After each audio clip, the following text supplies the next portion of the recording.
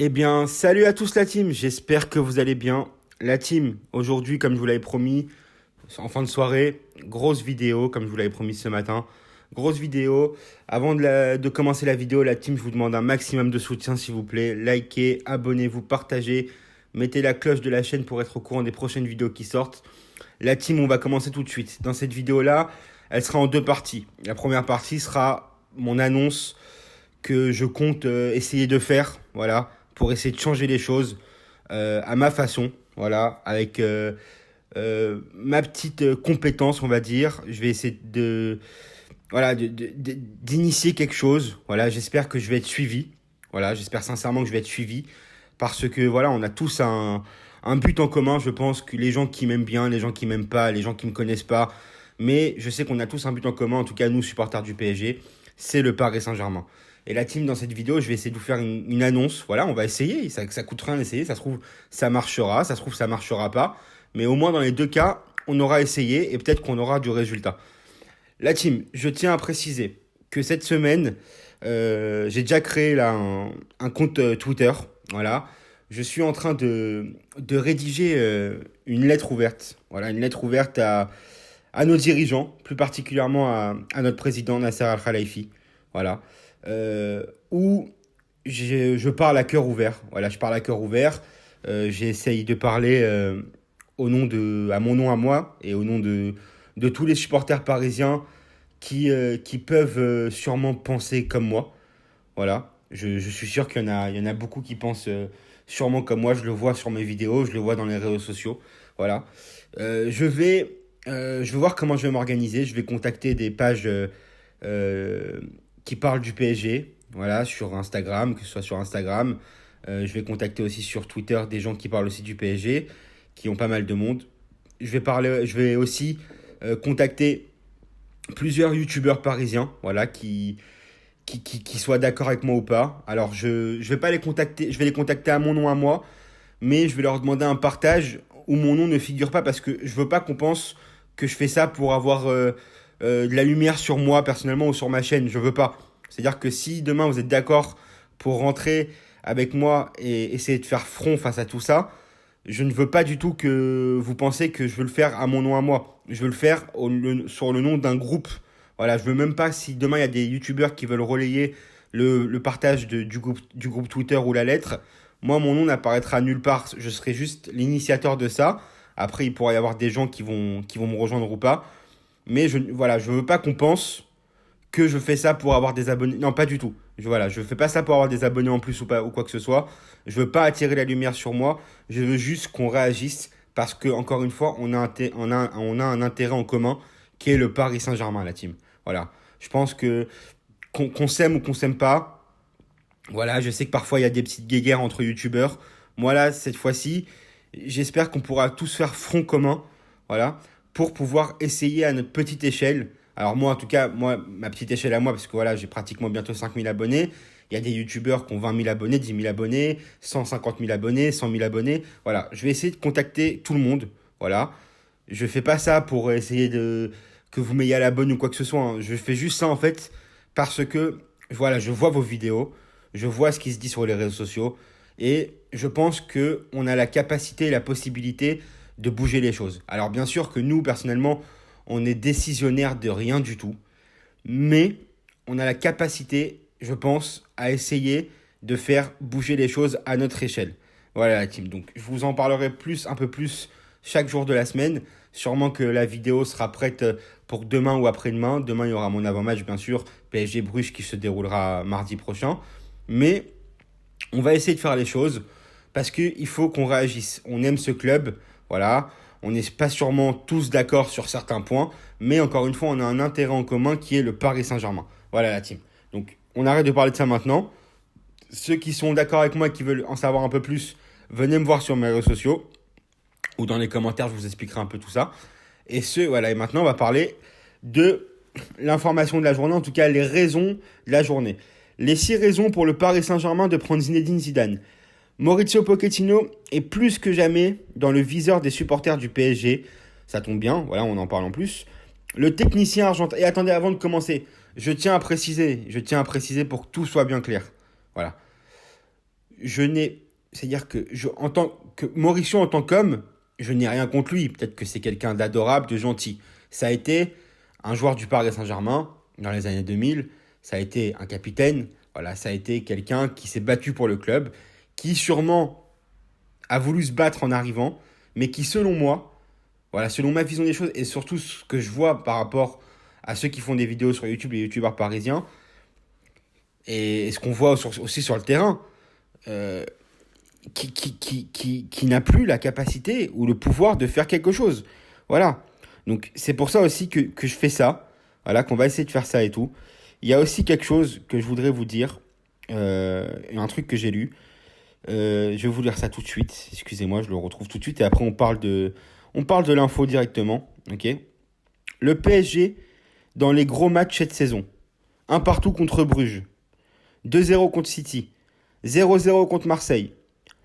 On perd 2-0 contre Rennes. On gagne 3-2 contre Leipzig. On fait 2-2 contre Leipzig. On perd 2-1 contre Manchester City. Et on fait 1 partout contre Lens. Donc ça veut dire que sur 1, 2, 3, 4, 5, 6, 7, 8, sur 8 matchs, on a gagné que 2 fois. Ça fait même pas 50% du temps. Est-ce que vous vous rendez compte, la team? Ça fait un total de victoire de ratio de 25%. C'est honteux. C'est honteux et il faut qu'on réagisse tout de suite. Donc la team, voilà, petit aparté fini. Maintenant, on va parler, voilà. Maurizio Pochettino est plus que jamais dans le viseur des supporters du PSG. Le technicien argentin est très loin de faire l'unanimité, malgré le mercato XXL du club de la capitale tricolore. Et pour le remplacer, un nom nous vient tout de suite en tête, bien sûr, Zinedine Zidane. On vous explique pourquoi. L'expérience en Ligue des Champions. L'objectif est clair pour le PSG, remporter la Ligue des Champions à court terme. Et qui de mieux que Zinedine Zidane pour faire cela?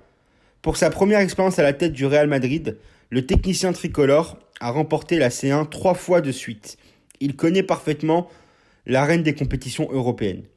Et on ne peut pas imaginer une seule seconde qu'avec un effectif comme celui du PSG, Zinedine Zidane ne se retrouve pas à jouer les premiers rôles en Ligue des Champions. Nul doute que ces arguments de taille vont pouvoir rentrer en compte. Voilà. Un grand nom qui saura se faire respecter en deux. Il faut une certaine légitimité pour être à la tête de ce PSG. Les stars sont nombreuses dans le vestiaire parisien. Entre Messi, Mbappé, Neymar, Ramos, Marquinhos, Navas, Donnarumma, Verratti ou encore Di Maria, il y a des égos à gérer. Pochettino semble d'ailleurs un peu dépassé ces derniers mois. Et difficile de ne pas imaginer Zinedine Zidane faire l'unanimité. On parle tout de même de l'un des plus grands joueurs de l'histoire, Ballon d'Or en 98. Il a également réussi sa reconversion en tant qu'entraîneur. Il a déjà remporté de nombreux trophées avec le Real Madrid, dont 3 fois la Ligue des Champions. L'effectif parisien serait certainement à l'écoute de ce coach et pourrait donner son maximum pour répondre à ses attentes. 3. Donner une meilleure image au PSG. Depuis le rachat des investisseurs qataris, le PSG est loin d'être particulièrement apprécié en Europe et en France. Sur la scène continentale, les clubs historiques comme le FC Barcelone ou le Bayern Munich ne sont pas en très bons termes avec l'écurie francilienne. Et sa domination sur la scène nationale ne lui permet également pas d'avoir le soutien des autres clubs tricolores en Ligue des Champions, notamment. Et si Zinedine Zidane changeait un peu la donne? On ne dit pas que le PSG deviendra le club le plus apprécié de la planète, mais la légende du ballon rond reste très aimée dans l'Hexagone et en Europe. Il pourrait donc quelque peu changer cette image un peu négative du PSG. Voilà, alors c'est vrai qu'elle est négative pour les anti-PSG, elle est négative pour les gros clubs aussi, c'est vrai. Voilà. Ce n'est certainement pas la priorité, mais c'est toujours ça de prix. Le moment opportun pour le prendre. Zinedine Zidane est libre de tout contrat depuis son départ du Real Madrid au mois de janvier dernier. Et le technicien tricolore est en quête d'un nouveau projet très alléchant. Alors qu'il n'a pas souhaité rejoindre la Première Ligue, il pourrait se laisser convaincre par un retour en Ligue 1. Certes, son attachement pour l'OM pourrait rendre ce dossier très compliqué ces derniers mois. Zinedine Zidane semble de plus en plus ouvert par cette possibilité de rejoindre la capitale tricolore. Et sur le papier, difficile de trouver mieux pour lui en ce moment. Donc bon, son attachement à l'OM, on sait qu'il vient de Marseille, il n'y a pas de souci. Voilà, on sait qu'il n'a jamais joué à l'OM. Voilà, je sais qu'il y a des anti-PSG qui ne seront pas d'accord avec ça. Je peux le comprendre. Comme avant, il y avait des anti-PSG qui pensaient pas que Messi pourrait venir, comme il y a des anti-PSG qui à l'époque pensaient pas que Neymar pouvait venir, comme voilà, comme plein de choses comme ça. Voilà, comme à l'époque, nous, on pensait, en tant que Parisiens dans les années 2000, qu'il n'y a aucun joueur du PSG qui pourrait aller, comment dire, dans le club adverse, à l'OM. Pourtant, c'est arrivé. Le football, il n'y a pas de règle. Voilà. Et Zidane lui-même l'a dit, je le rappelle à l'époque, au Canal Football Club. Voilà. Cinquième, un style de jeu adapté aux joueurs. Pour ce PSG, on a du mal à voir un technicien débarquer et changer la mentalité des trois stars de devant. Il ne faut donc pas trouver un entraîneur souhaitant mettre en place un pressing intense avec cet effectif. L'idéal serait d'opter pour un technicien capable de proposer un football surtout efficace et rapide. Et c'est exactement ce qu'a réussi à faire Zidane au Real Madrid.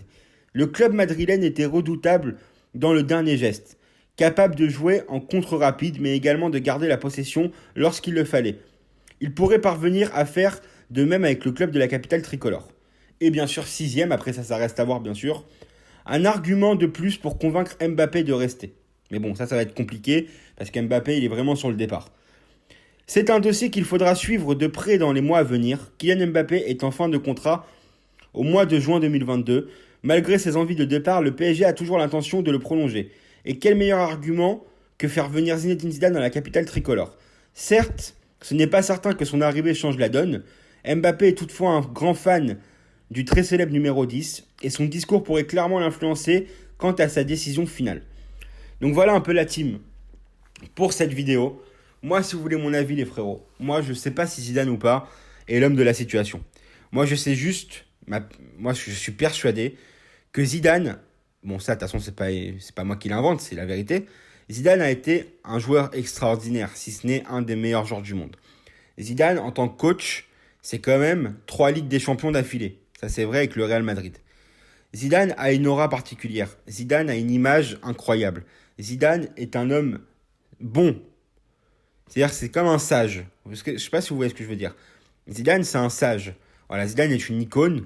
Zidane est une, comment dire, est une idole pour certaines personnes. Mais Zidane c'est, on va dire, c'est... Comment vous expliquer? C'est-à-dire que la comparaison va être un peu bête, mais dans Star Wars, ce sera un peu Maître Yoda, vous avez compris ou pas? C'est la force tranquille. Vous voyez ce que je veux dire ou pas? Zizou, c'est Zizou. Zizou, il est aimé de tout le monde, de tous les Français, que vous soyez Marseillais, Parisien, Lyonnais, vous avez compris, Niçois, n'importe qui. Et Zidane est aimé dans le monde. Le PSG aime les stars. Le PSG aime le football champagne, on va pas se mentir, c'est la vérité. Voilà. Le PSG a créé actuellement une équipe de Galactique. Alors ça marche pas, ça c'est un autre problème. Mais en tout cas, le PSG s'est donné les moyens de faire en sorte de créer quelque chose. Voilà. Et Zidane est ambassadeur du Qatar pour la Coupe du Monde 2022. Voilà. Tout est relié pour que Zizou vienne. Alors oui, il y en a qui vont me dire, mais Zidane, il vient de Marseille, il peut pas venir entraîner le PSG. L'équipe de France, la Coupe du Monde, oui, je suis d'accord avec vous. Moi aussi, un jour, j'aimerais bien voir Zidane à la tête de l'équipe de France. Mais c'est dans plus d'un an, les frères. Enfin non, c'est dans moins d'un an maintenant. C'est dans moins d'un an. Mais personne nous garantit que Deschamps va partir de l'équipe de France. Personne nous garantit ça. Même Noël Le Graët, il a dit la dernière fois, le président de la Fédération française, il a dit on va pas se faire permettre d'attendre Zidane, je ne ferai pas attendre Zidane. Donc ça veut dire qu'il ne va pas lui promettre quelque chose pour ensuite lui dire non, oui ou quoi que ce soit. Si l'équipe de France fait une bonne Coupe du Monde, Deschamps voudra rester pour après l'Euro. Il vient de se louper pour l'Euro. Il voudra gagner un Euro avec son équipe de France. On le sait très bien. Deschamps est un compétiteur. C'est pas du style à lâcher comme ça la rampe et à dire bon bah ça j'ai pas gagné, allez je me casse. Non, il partira pas sur un truc nul. Il partira sur un truc bien. Si Deschamps devait vraiment quitter l'équipe de France, il l'aurait fait avant l'Euro. Il fera pas maintenant. À moins bien sûr que la France sorte même pas des groupes, des poules à la prochaine Coupe du Monde. Et là, bien sûr, c'est autre chose. Mais d'ici là, c'est dans moins d'un an, les frérots. C'est dans 11 mois maintenant. Donc bon, faudrait voir. Donc voilà. Et Zidane, pour moi, c'est vraiment un coach qui sera respecté dans l'effectif du Paris Saint-Germain. Je suis désolé, c'est quelqu'un qui a une aura particulière. C'est comme les mecs, c'est comme si demain Ronaldo arrête le football. Il rentre dans un vestiaire. Putain, c'est Ronaldo. C'est comme Ronaldo le Brésilien R9. On va dire le vrai Ronaldo pour les anciens. Bon, aujourd'hui, c'est vrai, il joue plus au football. Il est plus dans des bonnes conditions physiques, mais bon, aux yeux des joueurs, ça reste Ronaldo, El Phénoméno. Vous voyez ce que je veux dire ou pas? C'est un exemple. Par exemple, Benzema, son idole, c'est R9. Vous voyez ce que je veux dire? Et il a essayé de reproduire le même parcours que lui au Real Madrid. Et il a mieux réussi que lui d'ailleurs. D'ailleurs, il a fait plus fort que lui. Donc bon, vous voyez ce que je veux dire, la team? Donc, pour la tête des joueurs, c'est très important. Pochettino, en tant que joueur, il n'a pratiquement rien fait. Tourelle, en tant que joueur, il n'a pratiquement rien fait. Le seul pour moi qui aspirait vraiment le respect, c'était Ancelotti, parce que c'était un grand coach quand il arrive au Paris Saint-Germain, et qu'il est encore un grand coach. Et Laurent Blanc, parce que le mec, bon, Coupe du Monde, je crois que Laurent Blanc, il a gagné avec des champions, si je vous dis pas de bêtises, je sais plus. Enfin, pas en tant que coach, en tant que joueur. Voilà. Donc, c'est des noms. C'est des noms. Voilà, c'est comme ça, c'est des noms, les frérots. Donc voilà, ou quelqu'un qui a une grosse autorité, genre style Guardiola, Mourinho, tout ça et tout, eux, je pense qu'ils se font respecter dans un vestiaire. Voilà, les frérots. Donc dites-moi en commentaire ce que vous en pensez. Moi, je pense vraiment qu'il va y avoir du changement très très bientôt. Je pense que Pochettino va se faire vraiment lourder, licencier, virer. On va essayer de dire dans le calme, voilà, vraiment dans le calme, sans insulte, sans quoi que ce soit, vraiment dans... On va rester courtois et poli. On va essayer de faire passer un message aux dirigeants. Voilà, pour ceux qui veulent me suivre, n'hésitez pas les frérots. On est ensemble, que vous m'aimez ou vous m'aimez pas. On a un intérêt en commun, le Paris Saint-Germain. Donc la team, je vais m'arrêter ici. Un maximum de likes s'il vous plaît. Likez, abonnez-vous, partagez, commentez. Dites-moi en commentaire ce que vous en pensez. Et nous, on se retrouve demain pour une prochaine vidéo. Salut la team, bye.